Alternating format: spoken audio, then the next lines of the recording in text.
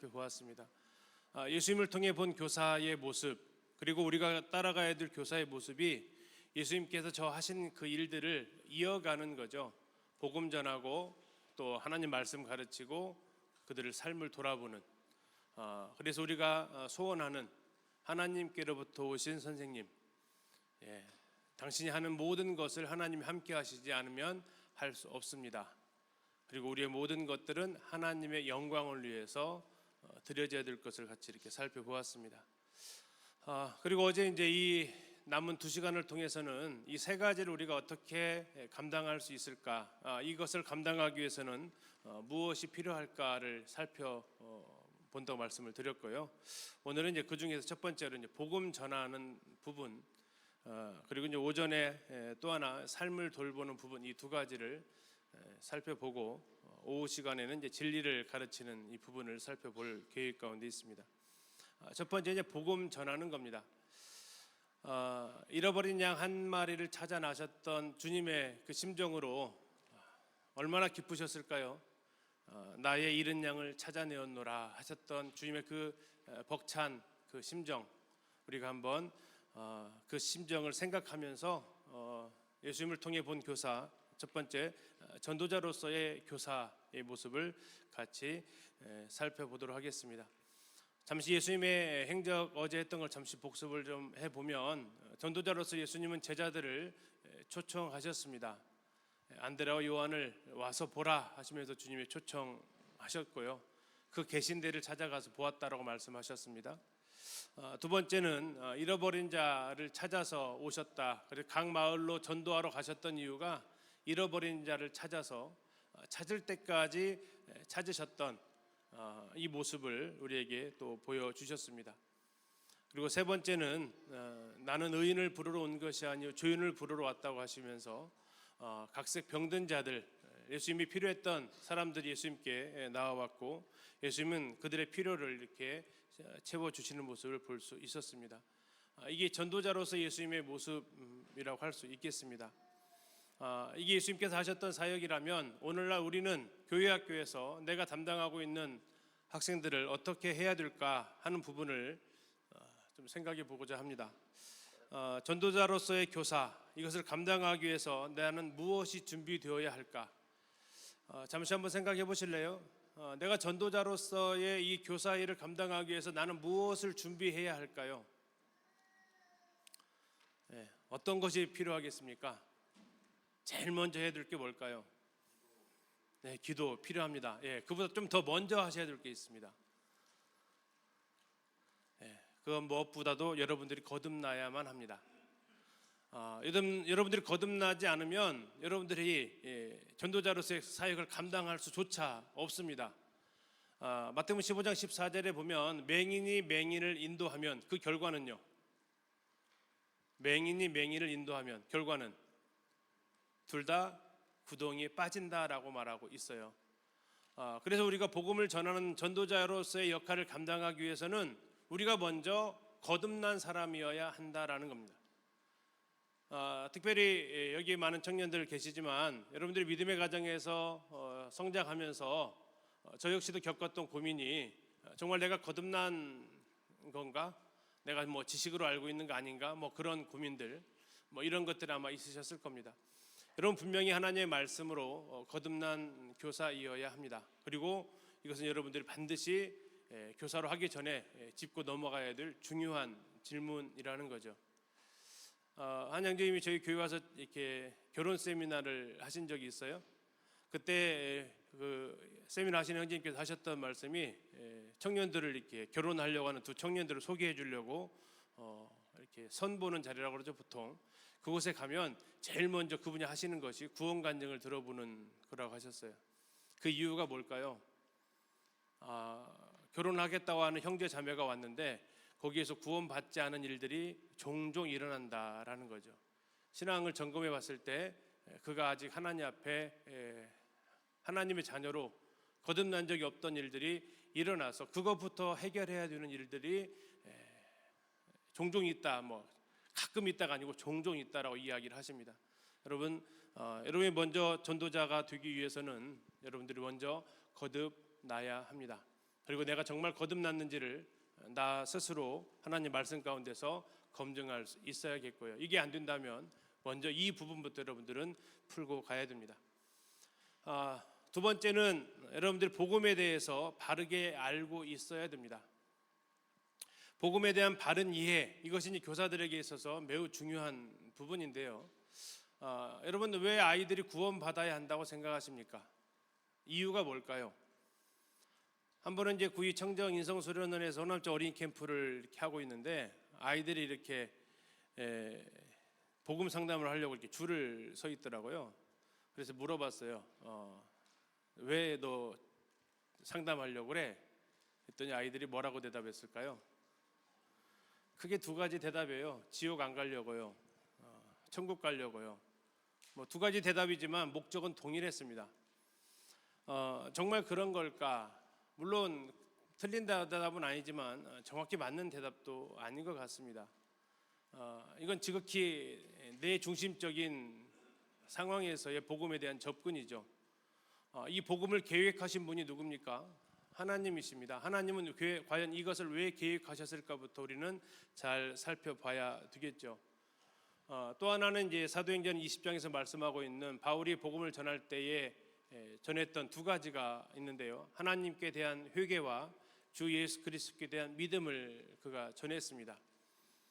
회개에 대해서 회개가 빠져 있는, 다시 말하면 쉽게 이거예요. 내가 죄인인지도 모르는데 구원받았다라고 말하는 것은 약간의 어폐가 있다라는 겁니다. 적어도 구원받는 사람들은 마태복음 1장 21절에서 말하고 있는 대로 죄에서 구원하신다 하는데 내가 죄인이라는 인식 자체가 별로 없어요. 어쩌면 만들어 놓은 죄인이죠. 교회에서 계속 듣다 보니까 또 자신의 삶을 보니까 죄인 아니라고 하기에는 약간 양심에 좀 찔림이 있어서 그렇다면 죄인이라고 인정하죠. 그 정도. 그런 차원에서는 구원자의 필요성을 별로 느끼지를 못하게 되고 그냥 교회생활을 하려다 보면 이것을 인정하고 살아야 되는 것이 운명인 것처럼 받아들여서 그냥 수긍하는 죄인은 구원자의 필요성을 느끼지 못합니다.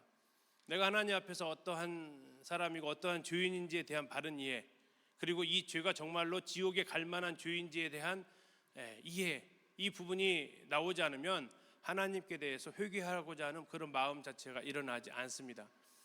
그리고 그에게 필요한 것이 이제 그 이후에 믿음이죠. 그리고 그 믿음에 전제되어지는 것은 에베소 2장 8절에 나와 있는 하나님의 은혜입니다. 이 구원의 필수적인 이러한 부분들에 대해서 교사들이 알아야 되죠. 이 많은 내용을 단시간에 여기서 말씀드릴 수는 없습니다만 적어도 복음을 전하는 사람이 그 복음에 대해서는 알아야 된다 하는 겁니다. 자동차 세일즈맨은 뭐를 잘 알고 있어야 돼요?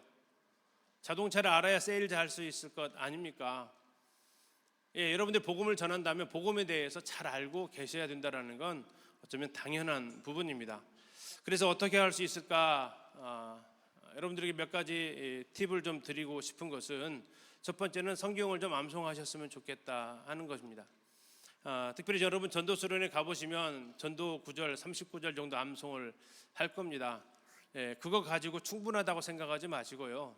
그건 정말 기초 중에 기초에 해당되어지는 말씀이고, 여러분 창세기부터 시작해서 계시록까지 복음과 관련되어져 있는 말씀이 그 39절 뿐이겠습니까? 여러분들이 특히 청년회 때, 학생회 때 하나님의 말씀을 좀 많이 암송할 수 있도록 해주시면 좋겠습니다. 저도 교육계에 있지만 교육계에서 암송을 거의 죄 다루듯이 다뤄요. 단순 암기라고 이런 식으로 해가지고 아주 잘못된 교육으로 이렇게 취급을 하고 있습니다. 그러나 성경은 그렇지 않습니다. 성경에서 하나님의 말씀을 외워서 들리라라고 말씀하고 있어요. 여러분들 하나님의 말씀을 몇 구절 정도 암송할 수 있으세요? 혹시 아마 아이들에게 말씀을 전하면서 그 구절이 여기에 있었더라 저기에 있었더라 갑자기 생각나가지고 뒤적뒤적 했던 기억도 있을 겁니다. 그러다가 이제 순간 휴대폰 꺼내가지고 단어 검색해가지고 그 말씀 찾아가지고 이렇게 즉석에서 보여줬던 기억도 아마 있으실 거예요. 물론 그럴 때라도 그렇게라도 해야겠죠. 임기응변으로. 그런데 그 임기응변하면서 무슨 생각을 하세요? 다음에 또 이렇게 해야지. 그렇게 하지 마시고 정말 하나님의 말씀을 언제라도 휴대폰 없으면 어떻게 하실 거예요? 성경 없이 갑자기 말씀 전해줄 상황이면 어떻게 할 거냐고요. 여러분들 하나님의 말씀을 머릿속에 많이 암송할 수 있도록 해주시면 좋겠습니다.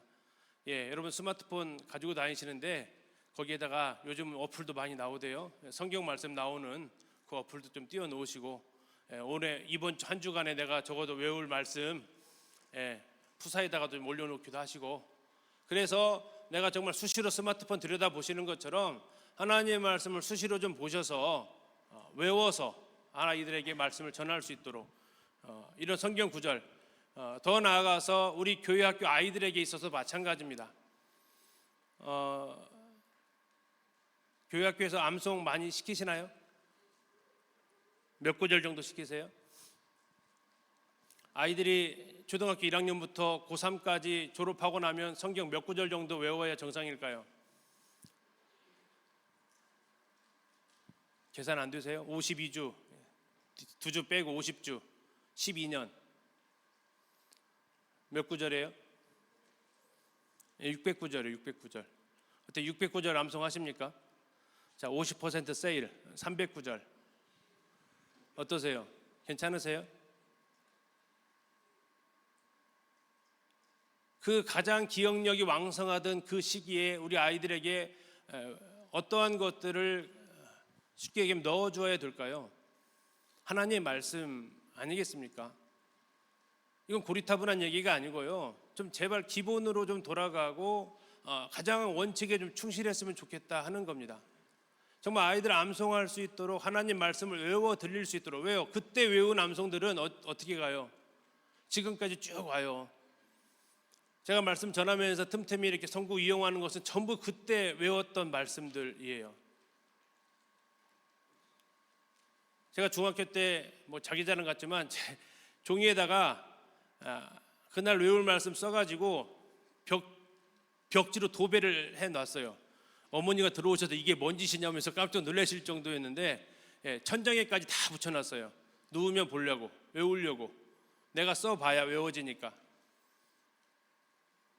정말 벽면 한쪽 가득을 말씀으로 B5 종이, A4도 그때 없었던 시절 B5 종이로 해가지고 차근차근 붙여놓고 외운 적이 있습니다.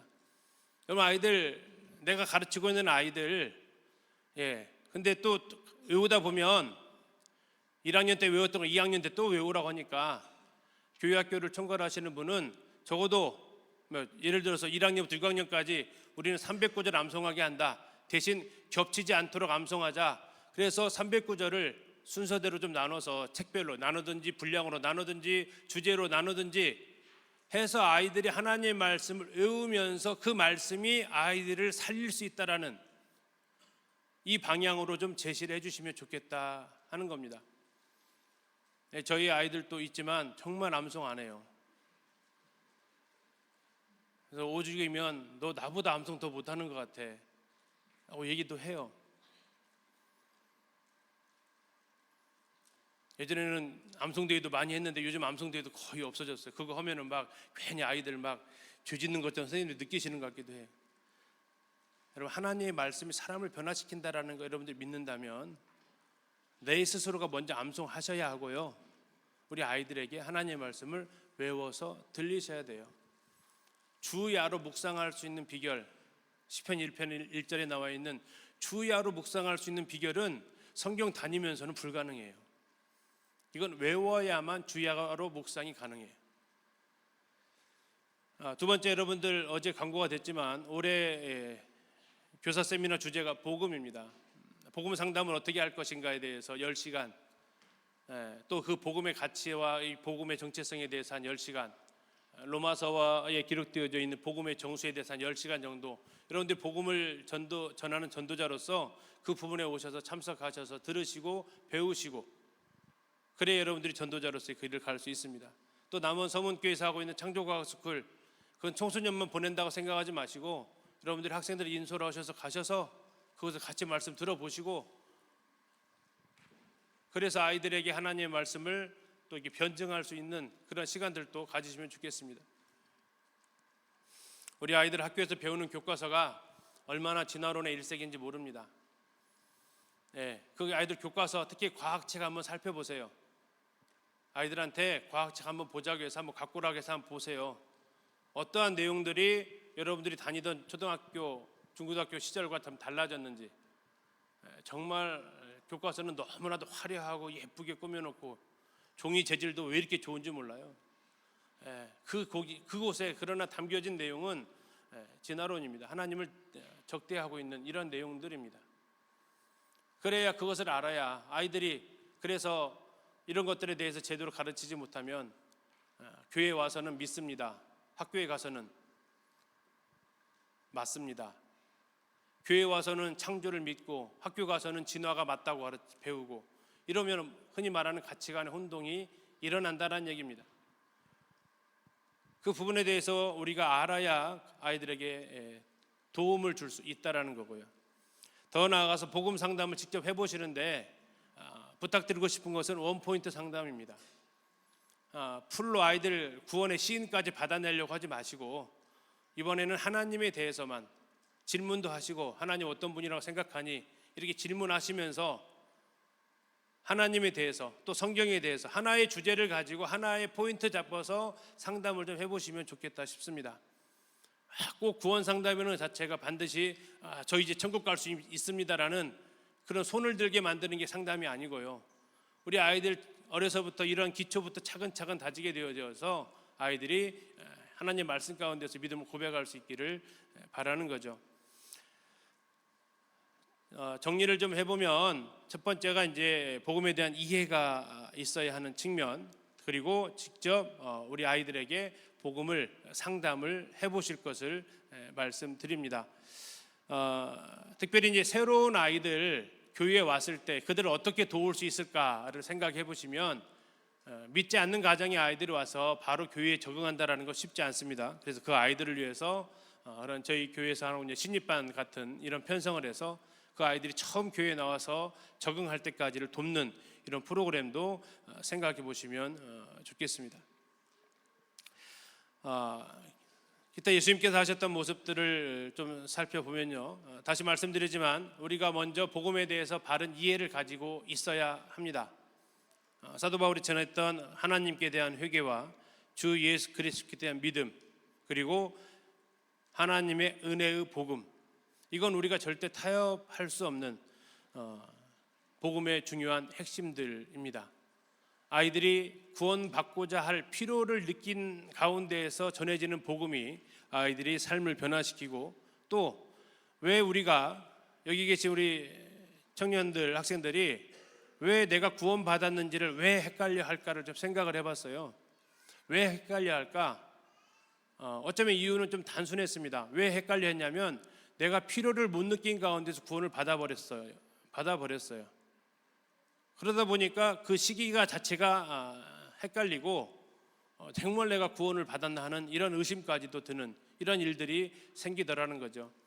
그러면 우리 아이들에게, 학생들에게는 이 부분들에 대해서 내가 정말 하나님 앞에 죄인이라는 사실을 정확히 인지하고, 사도행 2장의 베드로의 설교를 들었던 유대인들처럼 형제들아 우리가 어찌할 거라는 그 아이들의 마음에 그 애타는 마음이 있을 때 복음을 전해야 되는데, 선생님들이 다 전하다가 너 이제 어떻게 할까? 너 지옥 가게 생겼는데 어떻게 할까? 예수 믿어야겠지. 그래, 예수 믿어야 되는 거야. 누가 다 하고 있어요. 아이들은 전혀 반응하지, 선생님 혼자 그냥 하게 되면 그 아이들이 설사 구원 받았다 하더라도 내가 구원 받았었나? 선생님 대신 받아준 거 아닌가? 이런 착각 속에서 아이들 생활하지 않게 된다 하는 부분입니다. 자, 이제 전도와 관련되어서 부탁드리고 싶은 것이 있는데요. 그것은 첫 번째, 이 교회 학교에서 두 가지를 해주셨으면 하는 겁니다. 예수님께서 제자들을 부르실 때에 베드로와 시몬 그의 형제 안드레가 뭐 하고 있었습니까? 바다에 금을 던지고 있었습니다. 금을 던지는 것은 고기를 잡는 사역이죠. 그런데 또 이어서 보니까 야고보와 그의 형제 요한은 뭐 하고 있었습니까? 배에서 그물을 깁고 있었습니다. 왜 그물을 기었을까요? 이건 고기 잡는 거 아니잖아요. 왜 깁죠? 깁지 않으면 어떻게 됩니까? 나중에 그물을 내렸을 때 무슨 일이 벌어져요? 다 빠져나가는 거죠. 교회 학교에 새로운 아이들이 옵니다. 그건 뭐 하는 거냐면 금을 던졌어요. 선생님이 던지든 아이들이 던지든. 그 다음에 그 아이들이 계속 정착을 합니까? 아니면 몇 번 나오다 안 나옵니까?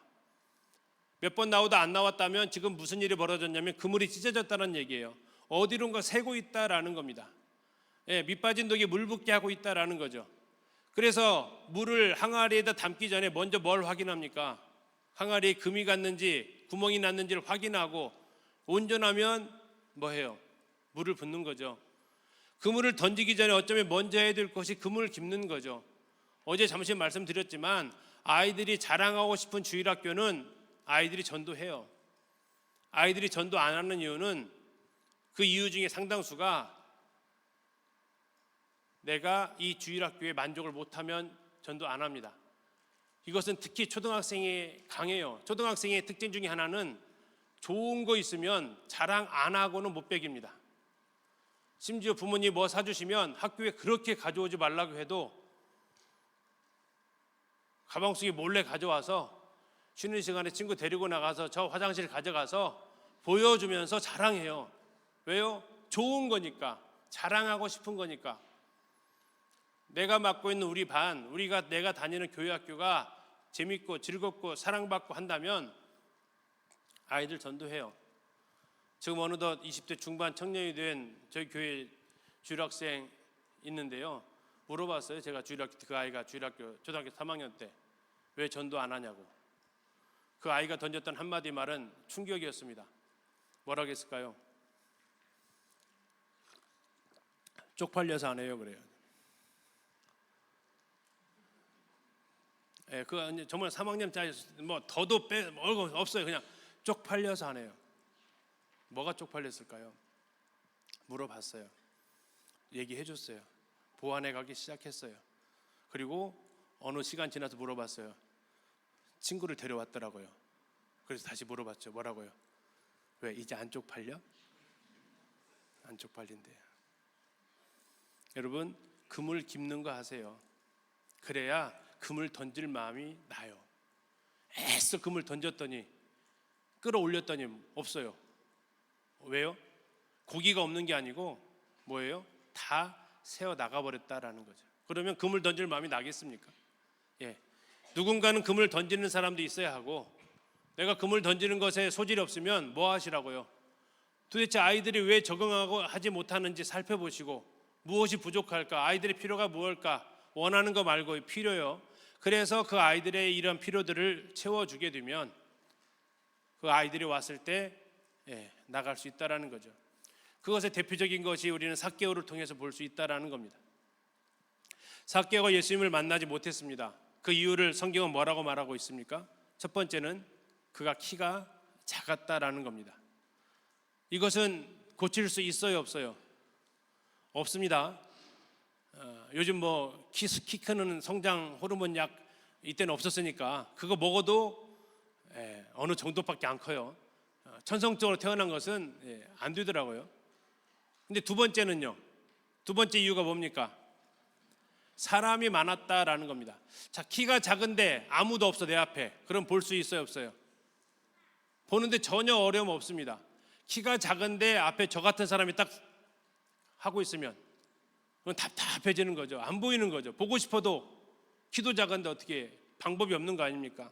그래서 그가 택한 것은 돌무화과 나무라도 올라갔죠. 그런데 오늘날 교회 학교의 아이들은 어떠냐 하는 거죠. 교회 학교의 모든 시스템은 대부분 성인 시스템입니다.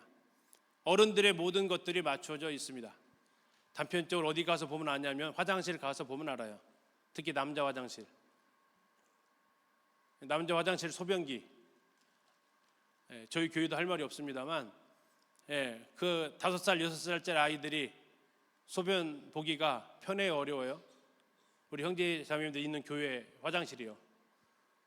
엄마들이 와서 안아줘야, 아빠들이 와서 안아줘야 제대로 볼 수 있어요. 아니면 이제 자변기로 가서 봐야 돼요. 이 출발부터가 그렇더라고요. 재정 사용하는 것은요. 재정 사용하고 시간 사용하는 거, 또 장소 배정하는 거, 다음 세대 우리 아이들에게 고려되어지고 있냐 하는 거죠. 이게 어쩌면 금을 깁는 일을 하는 거예요. 저희 교회에서 주일학교를 9시에 했었습니다. 주일날 9시, 누구도 오기 힘든 시간. 첫째, 선생님도 오기 힘든 시간. 둘째, 누구도 오기 힘든 시간. 부모님도 오기 힘든 시간. 그러면 아이는 부모님에 의해서 오지 않으면 올 수 없는 시간.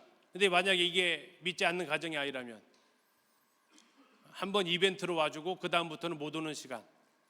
그래서 시간부터 좀 바꾸자라고 했었죠. 왜요? 아이들에 대한 배려죠. 어른들은 좀 늦잠 주무셔도 편한 10시 반에 오시고 아이들은 9시부터 와야 되고 하는 그 구조부터 좀 바꿔보자. 요즘 저희 교회는 전부 다 어른이나 아이나 할 것 없이 다 9시에 옵니다. 어른들은 오서 소그룹 하시고 예배 드리고 하는데 이 부분부터 좀 개선해 보자라는 거죠. 여러분 이 그림 먼저 보신 적 있죠? 저렇게 상자 하나씩 똑같이 주는 거 하는 거하고 여러분 보시기 오른쪽에 상자 없고 하나 주고 2개 주는 거 어떤 게 좋아 보이세요?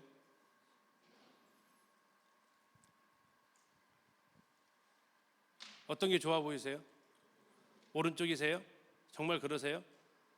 혹시 불평하지 않으세요? 왜 나는 하나도 안 줘요 이렇게?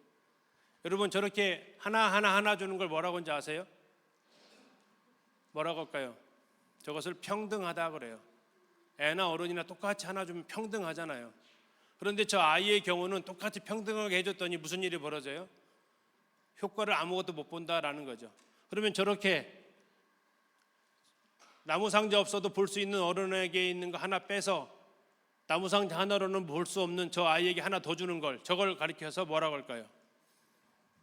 성경에서 말하고 있는 공평이다라고 하는 겁니다. 하나님은 평등의 하나님이십니까? 공평의 하나님이십니까? 성경을 다 찾아봐도 하나님은 그분은 공평하신 하나님이다. 있는 자들의 것을 없는 것에다 채우시는 분이에요. 평등하다면 지구상에서 평등하다면 산과 골짜기는 있어서는 안 돼요. 그렇죠? 전부 다 뭐 해야 돼요? 해발 고도가 동일해야 돼요. 그래야 평등하잖아요. 그러면 무슨 일이 벌어져요? 물의 흐름이 없어져요. 그러면 죽어요. 왜 산은 있고 골짜기가 있고 평야가 있어요? 흐름이 있다라는 거죠. 어쩌면 우리에게는 내가 딛고 있는 저 상자 하나를 빼어주어야 할 아이들, 학생들이 있다라는 그 의식 우리가 한번 생각해 봤으면 좋겠습니다.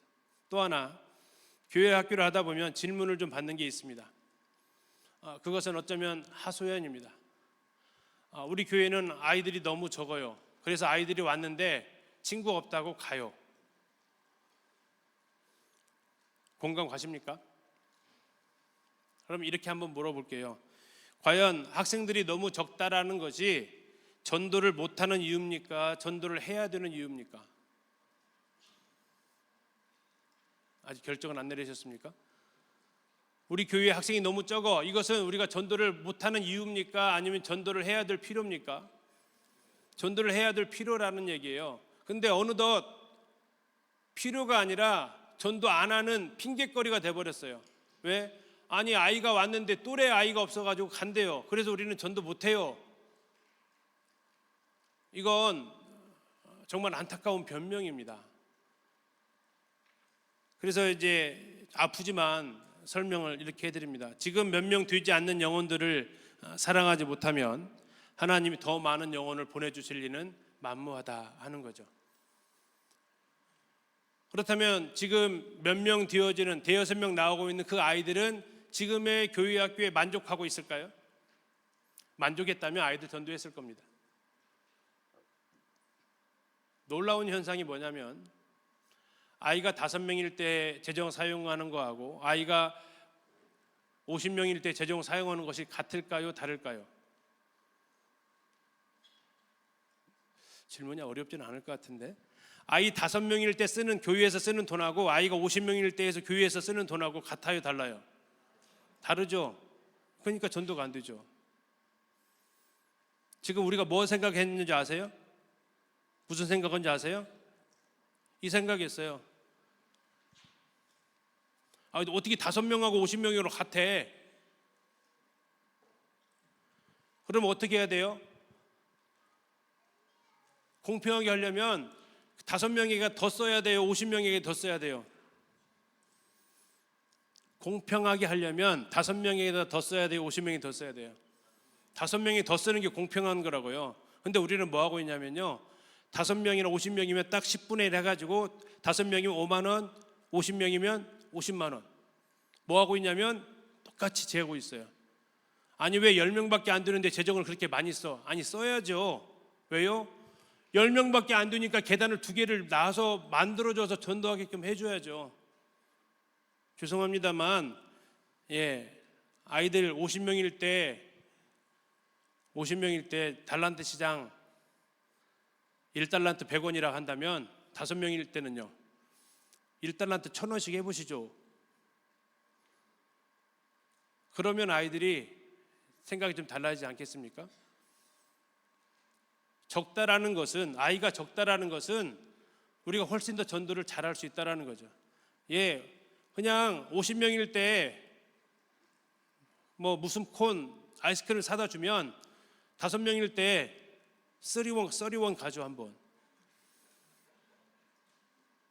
다르지 않나요? 아이들에게 5명밖에 안 되니까 돈 써도요 크게 안 들어가잖아요. 근데 꼭 5명이 있다고 5명어치 50명일 때 그 액수를 반영을 해서 교회 학교를 하니까 안 된다고요. 쓰시라고요. 좀 더 써도 큰 차이도 안 나잖아요.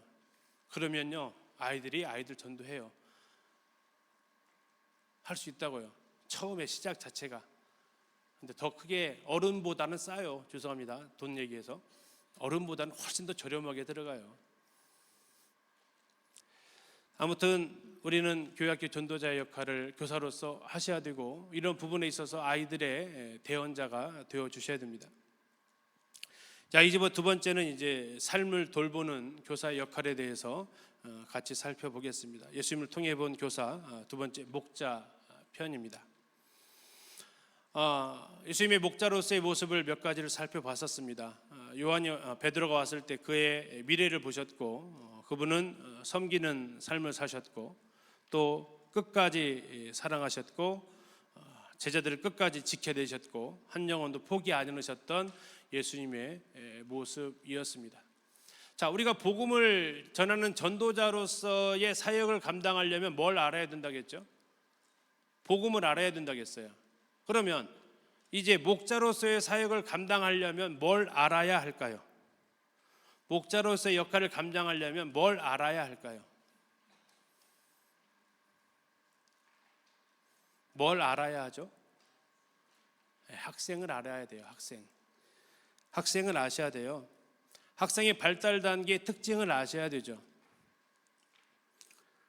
내가 맡고 있는 아이들의 초등학교 1학년이면 1학년의 특징이 있고, 고등학교 3학년이면 3학년의 특징이 있잖아요.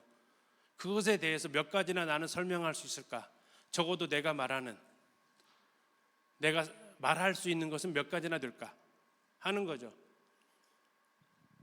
잠시 30초 광고. CTU의 발달 단계별 아이들 특징, 우리 한동환 형제님이 15차씩 강의를 올려놓은 게 있습니다.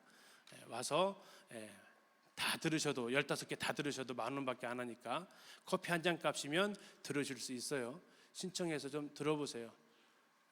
혼혈을 다해서 만드셨습니다. 여기 지금 직접 강의하셨던 분도 와 계시니까 여러분들 한번 들어보세요. 내가 맡고 있는 아이들의 특징이 어떠한지, 여기에 따라서 지도법이 달라져요. 크리스마스 때만 되면 울려 퍼지는 노래 중에 루돌프 사슴코 있죠? 자, 노래 가사말 아세요? 자, 루돌프 사슴코는 산타 할아버지에게 발견되기 전까지 무슨 존재였어요? 무슨 존재였어요? 왕따였습니다. 왕따. 가사 모르세요? 가사 아시죠? 근데 어느 순간 왕따가 스타가 됩니다. 언제부터요? 산타 할아버지가 말하기를 뭐라겠어요? 내 썰매를 좀 끌어주렴. 그 다음에 나오는 가사 뭐예요? 그 후론 사슴들이 그를 매우 사랑했네.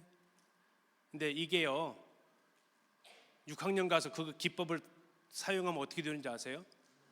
따돌림 당하는 애 있어요. 선생님이 그 애를 갖다가 아주 예뻐해줘요. 그러면 아이들의 반응이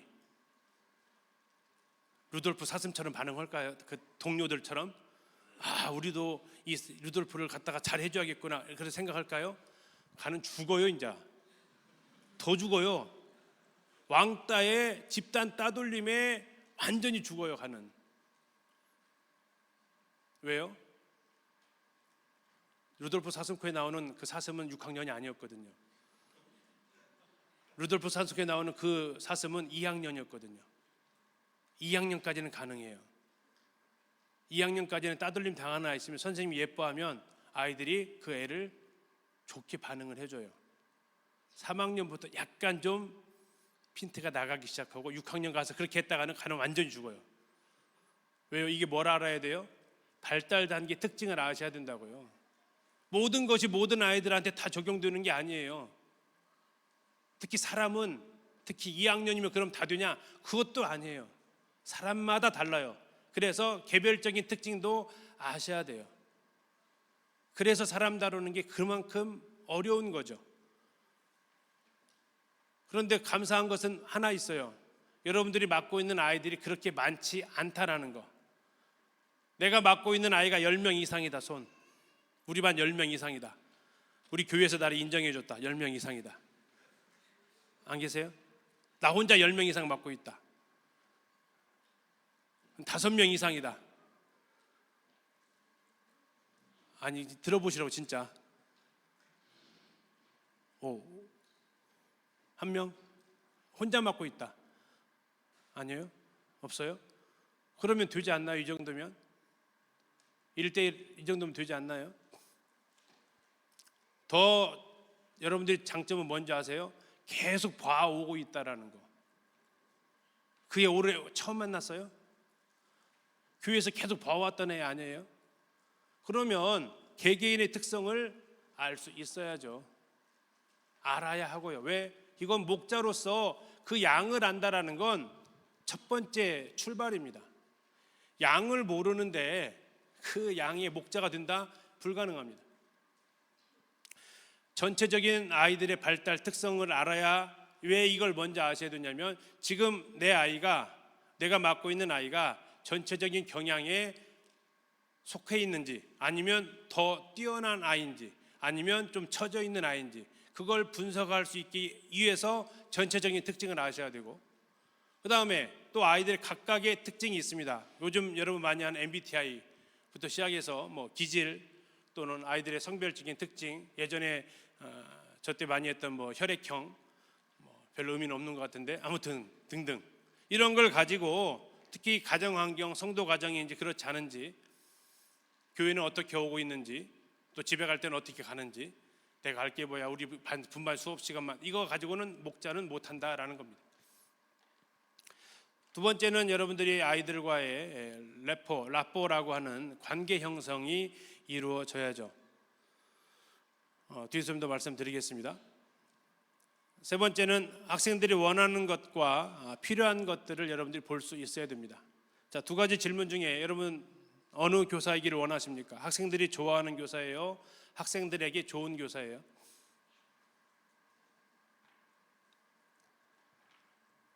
학생들이 좋아하는 교사예요? 학생들에게 좋은 교사예요? 후자? 전자? 꼭 둘 중에 하나 고르라면 하나 고르려고 애쓰시는데 두 개 다 하셔야 돼요. 그런데 순서가 있다라는 거예요. 순서. 목적이 있다라는 거예요. 목적이 뭐냐라는 거예요. 목적이 나를 좋아하게 만드는 거예요. 아이들에게 좋아야 된다라는 거예요. 목적은 학생들에게 좋아야 돼요. 그렇게 하기 위해서 뭘 해야 된다고요? 학생들이 나를 좋아하게끔 해야 돼요. 왜? 좋아하지 않으면 나를 받아주지 않아요. 좋아해야만 아이들에게 영향력을 줄 수 있기 때문에 그렇다라는 거죠. 이걸 위해서 우리 교사들이 해야 될 일이 뭡니까?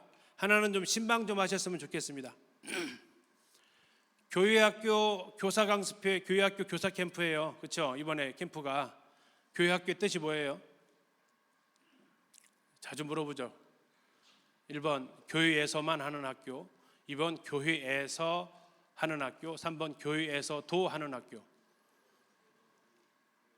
예, 교회에서도 하는 학교. 그런 얘기는 뭐예요?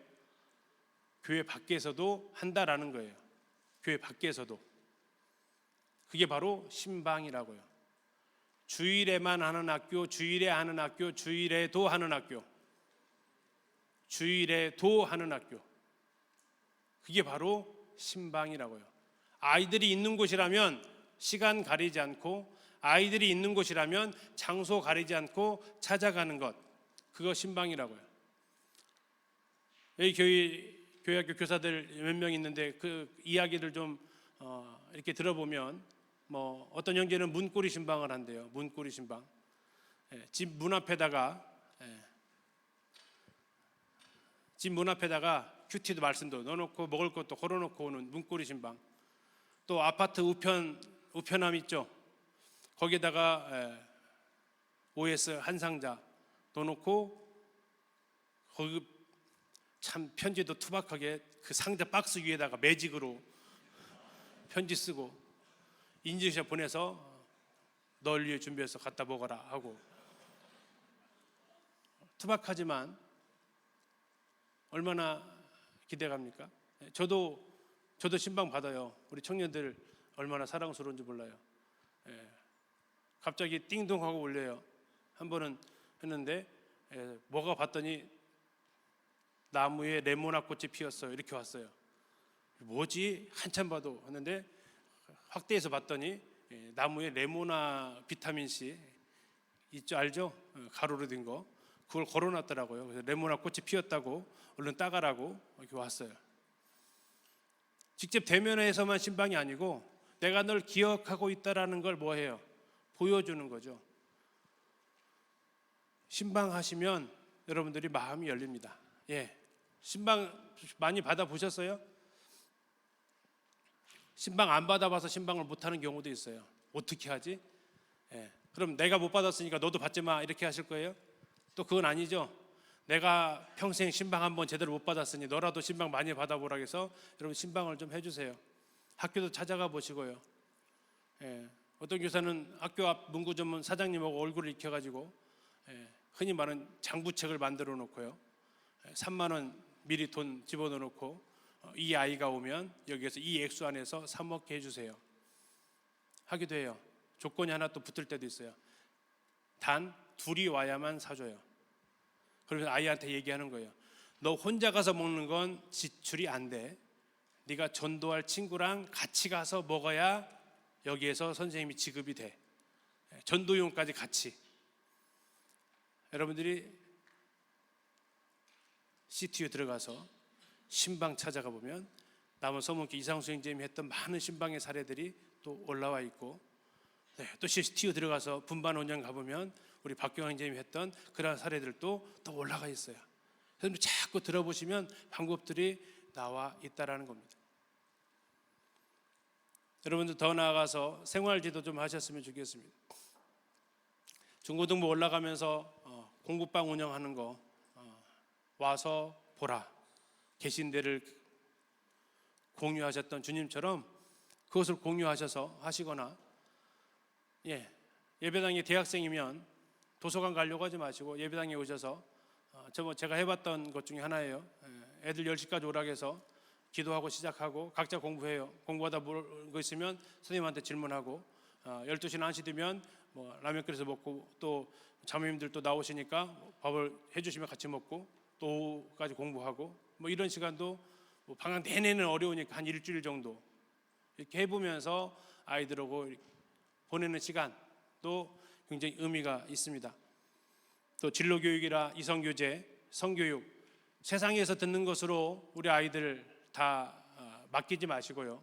교회 안에서 이러한 시간들을 갖도록 하세요. 우리는 할 사람이 없어요. 우리 교회는 여기에 할 수 있는 사람이 없어요. 그럼 어떻게 하시면 돼요?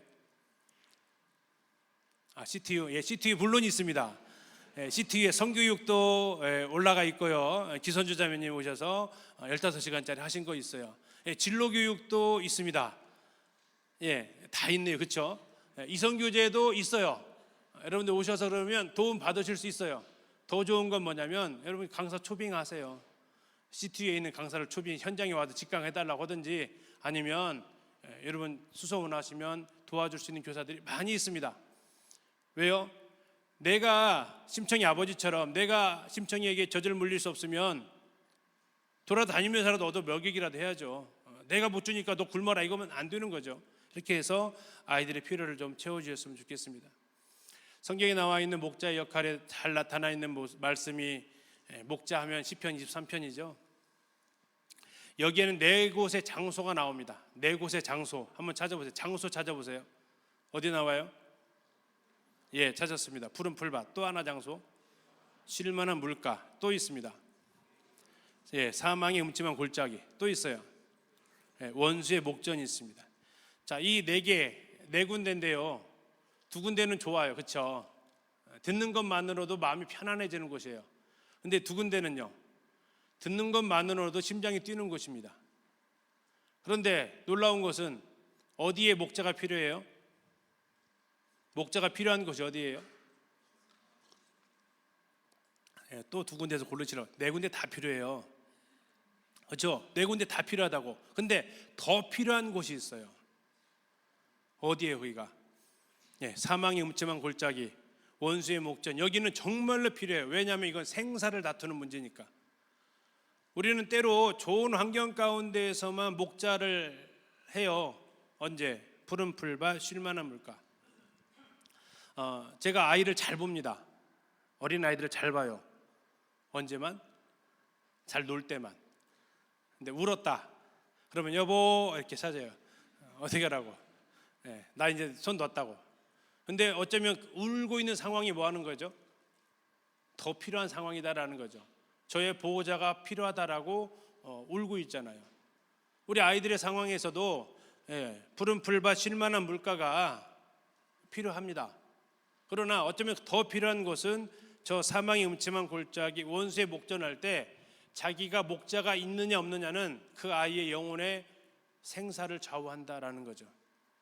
목자는 어쩌면 저것을 위해서 필요하기도 합니다. 자, 만약에 사망의 음침한 골짜기와 원수의 목전에 그때 목자가 없었다. 그럼 무슨 일이 벌어질까요? 죽습니다. 죽어요. 그러면 아주 목자에게는 하나는 치명타입니다.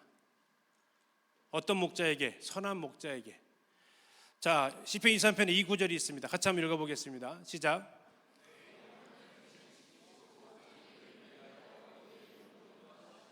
자, 이름을 위해서, 이게 명예라고 합니다. 목자의 명예. 목자의 명예가 뭘까요? 우리나라 뭐 대관령 목장이나 남원 운봉에 있는 그런 목장에서는 별로 신경 안 쓰는 목자의 명예 중에 하나가 뭐냐면 팔레스타인의 목자들은 양을 끌고 돌아다녀야 돼요. 뭘 찾아서? 푸른 풀밭 쉴만한 물가를 찾아서 돌아다녀야 돼요. 그런데 그걸 돌아다니다 보면 어디도 지난다고요? 사망의 음침한 골짜기를 같이 지나갈 때도 있어요. 원수들의 그 사냥하는 그 맹수들 앞에 딱 설 때도 있다고요. 그때 못 지켜주면 그 양은 죽어요. 근데 그 양이 죽음과 동시에 뭐도 날아가기 시작하냐면 그 목자의 명예도 날아가요. 다시 말하면 우리 형제 자매님들한테 양 10마리를 맡겨줬는데 자, 앞으로 한 달 동안 이 양을 데리고 가서 이렇게 잘 먹여서 오세요. 주어졌어요. 그러면 적어도 돌아왔을 때 몇 마리가 왔어야 돼요? 10마리. 근데 돌아왔더니 5마리밖에 안 남았어. 어떻게 될까요? 예, 그러면 앞으로 그 사람한테 양 안 맡겨요. 양 안 맡긴다고요. 왜요? 저건 목자도 아니요. 10마리를 보냈는데 5마리밖에 생존을 안 해왔어. 어떻게 그 사람한테 양을 여러분 같으면 맡기겠습니까? 요한복음 10장에 보면 싹금 목자들이 있어요. 싹금 목자가 나쁜 목자는 아닙니다. 이건 어쩔 수 없이 팔레스타인이 존재해야 되는 목자예요. 양 100마리 양 있으면 누가복음 15장에 양 100마리 나오죠. 양 100마리 있으면 여러분 혹시 그런 생각 안 해봤어요? 양 99마리를 들에 두고 한 마리를 찾으러 갔대요. 이상해요? 안 이상해요? 그게 왜 이상하자는, 그 99마리 흩어지면 어떻게 할 거예요, 양이, 목자가? 그러면 그 목자는 어떻게 하고 갔을까요? 직업 목자한테 99마리 맡기고 한 마리 찾아간 목자는 선한 목자예요. 맡겨야 돼요, 누군가에게는. 근데 이 싹군 목자들에게 면책 특권이 있어요. 20%는 봐줘요. 10마리 데리고 나갔다가 2마리 죽었잖아요. 배상 청구 안 해요. 왜? 아까 이 팔레스타인 지형 자체가 위험한 곳이기 때문에 그래요. 근데 3마리 잃어버렸어요. 아까처럼 10마리 보냈는데 5마리 했으면요, 배상 청구뿐만 아니라 앞으로 그 소문 쫙 나요. 그리고 그 사람을 앞으로 사건 목자도 못해요. 직업적인 목자 못한다고요. 그 사람 명예에 완전히 먹칠을 했어요. 하나님 말씀하세요. 뭐라고 하셨다고요? 내 이름을 위해서 너희들 내가 놓치지 않겠다. 여러분 한번 잘 생각해 보세요. 구원받은 후에 우리가 정말 하나님 뜻대로 못 살았는데도 우리를 지옥에 안 보내세요. 그 왜 그런지 아세요? 우리가 사랑스러워서 그럴까요? 아니요. 그건 하나님께서 명예를 걸고 하나님의 이름을 걸고 약속하셨기 때문에 그래요. 하나님의 명예를, 이름을 하나님은 굉장히 소중하게 생각하신다고요. 그래서 그분은 우리를 한 영혼도 놓치지 않았다라고 예수님이 고백을 하고 계신다고요. 요한복음 17장 12절에서 누구의 이름으로? 아버지의 이름으로 자기 이름을 위하여 의의 길로 인도하시는 것처럼 그 모습을 우리가 생각해 볼 수 있다라는 겁니다. 선한 목자로서의 사역을 어떻게 감당할 수 있을까가 요한복음 10장에 잘 나와 있습니다. 다 있지만 하나만 부탁드리고 싶은 것은 첫 번째입니다. 이름을 불러주라는 겁니다. 그가 자기 양의 이름을 각각 불러내 인도하여 낸다. 여러분, 우리 아이들을 위해서 목자로서 하셔야 될 것 중에 제일 중요한 것 중에 하나가 여러분 큰 목자께 여러분들이 맡고 있는 양들의 이름을 부탁하는 겁니다. 어떻게 하셔야 돼요? 여러분 이름을, 내가 맡고 있는 아이들 이름 하나하나 부르시라고요. 하루에 몇 번? 적어도 한 번. 기도하시라고요. 기도하시는데 어떻게 기도하세요? 기도 제목 놓고 기도하시도 되지만 저 같은 경우에는 이름 한 명 한 명을 불러요. 그리고 어느 순간 멈추는 이름이 있어요. 그건 하나님께서 그 사람을 위해서 더 기도하라고 주신 사인으로 저는 여겨요. 그리고 그 사람 이름 앞에서는 한 번 더 하나님 앞에 물어요. 하나님 무슨 기도를 해야 할까요? 로마서 8장에서 하시고 있는 말씀이 뭐예요? 우리가 구할 바를 알지 못해요. 그러나 누가 아세요? 성령이 말할 수 없는 탄식을 우리를 위해서 간구하시는 그분이세요. 그분이 기도 제목을 주신다고요. 여러분 아이들의 이름을 한 명 한 명씩 적어도 매일 불러주세요. 매일. 그리고 시간 얼마 안 걸립니다. 두 번째, 그러다가 멈추는 이름이 있으면 그 이름 두고 여러분들이 묵상하시고 기도하시고 하나님 앞에 아뢰세요. 때로 내가 알지 못하는 그 아이가 위험한 상황에 처해 수도 있어요. 그 상황을 모르면 하나님 그 아이의 이름 앞에서 내가 멈추게 하셨으면 지금 내가 말하고 있는 이 아이가 있는 그곳에서 하나님 지켜주시고 그 아이의 마음을 붙들어 주시고 기도하세요. 내가 상황을 모르고. 그리고 정말 가서 그 다음 주에 한번 물어보세요. 내가 너를 위해서 기도하다가 목요일날 저녁 8시쯤에 네 이름 앞에서 내가 기도가 멈췄는데 혹시 그때 무슨 일이 있었니? 때로는 아무 일 없었다고 할 수도 있습니다. 그게 기억 안 날 수도 있어요. 왜? 기도로 여러분들이 보호막을 쳤기 때문에. 그러나 때로는 정말 그 아이가 그때 저 이런 상황이 있었어요. 그럴 때도 있을 거라고요. 여러분 그 경험을 해보시기를 바랍니다. 다음에 여러분 끝으로 부탁드리는 것은 여러분들 양떼의 형편을 부지런히 살피고 여러분 소떼에게 마음을 두라라는 말씀입니다. 저희가 이 강습회 이 캠프 이 스텝든 할 때 공문을 보낼 때 늘 우리 서송희 선생님께서 썼던 공문의 첫 구절이 이 말씀의 구절이었습니다. 양떼의 형편을 부지런히 살피고 내 소떼에게 마음을 두라. 왜요? 예수님께서요 시험을 받아서 고난을 당하셨습니다. 그래서 뭐 하실 수 있냐면 시험 받는 자들 등이 도우실 수 있다고 하셨어요. 그런데 우리는 더 좋은 위치잖아요. 예수님은 하나님이 사람들이 지어서 우리가 겪는 모든 것들을 다 경험해 보셨기 때문에 우리를 도울 수 있지만 우리는 원래가 사람이잖아요. 내가 맡고 있는 아이도 사람이고, 그러면 성적이 같잖아요. 얼마나 더 잘 알아요.